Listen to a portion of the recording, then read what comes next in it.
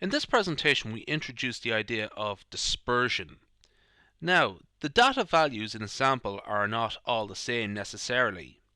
This variation between values is called dispersion. When dispersion is large, these values are widely scattered. When it is small, they are tightly clustered. There are several measures of dispersion, the most common being variance and standard deviation, which we're going to have a look at quite soon. These measures indicate to which degree the observations of a dataset are dispersed or spread out around their mean. Just to be clear, variance and standard deviation are calculated using the mean of a dataset. So there's a relationship between those two measures of dispersion and the mean. In engineering and science, high precision is associated with low dispersion. So first off, let's look at the range. Now this is a very simple measure of dispersion. The range of a dataset is a measure of the spread or dispersion of the observations. It's simply the difference between the largest and smallest observation of some characteristic, and it's very easy to calculate. However, a great deal of information is ignored when computing the range, since only the largest and smallest values are considered.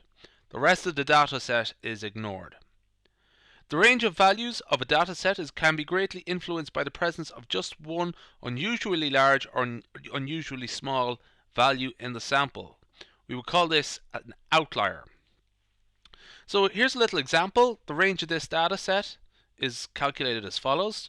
First off, we look for the largest value, 89. Then we look for the smallest value, 47, and calculate the difference between the two. 89 minus 47 equals 42. Now, I'm going to introduce the idea of variance. This is a more complex measure of dispersion, but it's much more useful when compared against the mean. So what we have is three data sets here, and for each of these data sets, the following statements are true. The mean is 1000 for each dataset. There are 8 elements in each dataset. The maximum and minimum is 900 and 1100 for each dataset, and therefore the range is 200. So what we're going to do is plot these little datasets together and just get an idea of how they would be different. So here's those three datasets. We have X on top, Y in the middle, and Z below. Also, what I have in the middle is this line here, which indicates the mean of the dataset. Now, so first off, let's look at X. X is pretty uniformly dispersed around the range of values. Between the minimum value 900 and the maximum value 1000, there is a very even spread of the data points around these range of values. Okay. Now let's look at Y.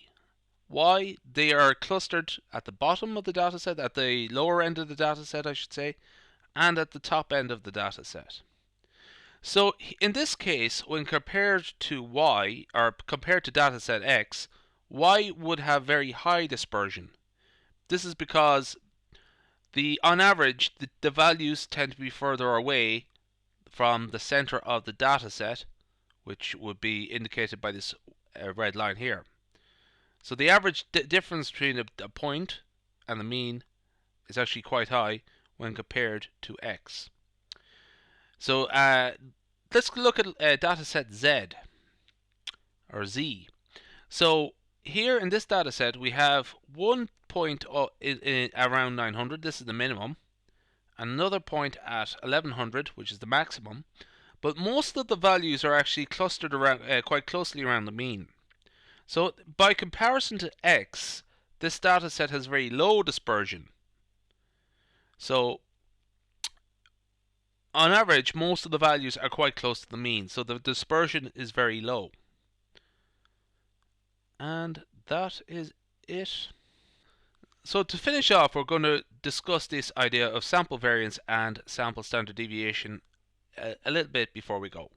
So as I said before, it is a measure of the spread or dispersion of within a data set of sample data. It is the sum of the squared deviations from their mean divided by one less than the number of observations in the data set.